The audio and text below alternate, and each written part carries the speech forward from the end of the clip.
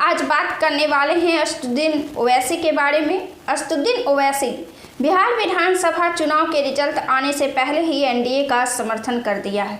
पहले असदुद्दीन ओवैसी के बारे में जाने तो वे हैदराबाद से सांसद हैं और बिहार में सीधी टक्कर में हैं। उनकी पार्टी अकेले ही बिहार विधानसभा चुनाव लड़ रही थी, अकेले ही बिहार विधानसभा चुनाव लड़ रही है। पिछले बार के चुनाव में भी वे अकेले ही बिहार विधानसभा चुनाव में थे। सीमांचल में उनकी पैठ मजबूत मानी जाती है। सीमांचल में मुस्लिम आबादी काफ़ी है। सीमांचल में 5 जिले आते हैं और इन 5 जिलों से 5 सीट असदुद्दीन ओवैसी ने पहली बार पिछले बार बिहार विधानसभा चुनाव में जीती थी और बिहार में काफ़ी धमाल मचाया था। उनका काफ़ी चर्चा हुआ था कि असदुद्दीन ओवैसी ने पहली बार में 5 सीटें जीत ली थी। हालांकि उनके 4 विधायक बाद में उनका साथ छोड़कर राजद में चले गए थे। इसके बाद से राजद और असदुद्दीन ओवैसी में काफ़ी तनाव का माहौल था, काफ़ी उतार चढ़ाव थे, कड़े बयानबाजी थी, नाराजगी थी। लेकिन जब इस बार का विधानसभा चुनाव हुआ तो शुरू में असदुद्दीन ओवैसी तो तेजस्वी और राष्ट्रीय जनता दल के खिलाफ में बोल रहे थे, लेकिन बात जब चुनाव की आई, जैसे जैसे चुनाव नज़दीक आने लगा तो एनडीए को शिकस्त देने के लिए असदुद्दीन ओवैसी ने महागठबंधन के साथ चुनाव लड़ने की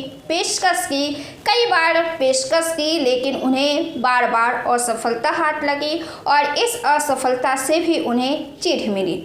दरअसल तेजस्वी यादव की पार्टी राष्ट्रीय जनता दल ने असदुद्दीन ओवैसी की पार्टी AIMIM की यह पेशकश मानने से इनकार कर दिया और ऐसे में असदुद्दीन ओवैसी को बिहार में अकेले ही चुनाव लड़ना पड़ा। लेकिन अब असदुद्दीन ओवैसी ने बिहार विधानसभा चुनाव के रिजल्ट आने से पहले मीडिया कर्मियों से बात करते हुए ऐसा बयान दिया है जिससे उनका बयान एनडीए के फेवर में जाता है और महागठबंधन के खिलाफ में जाता है।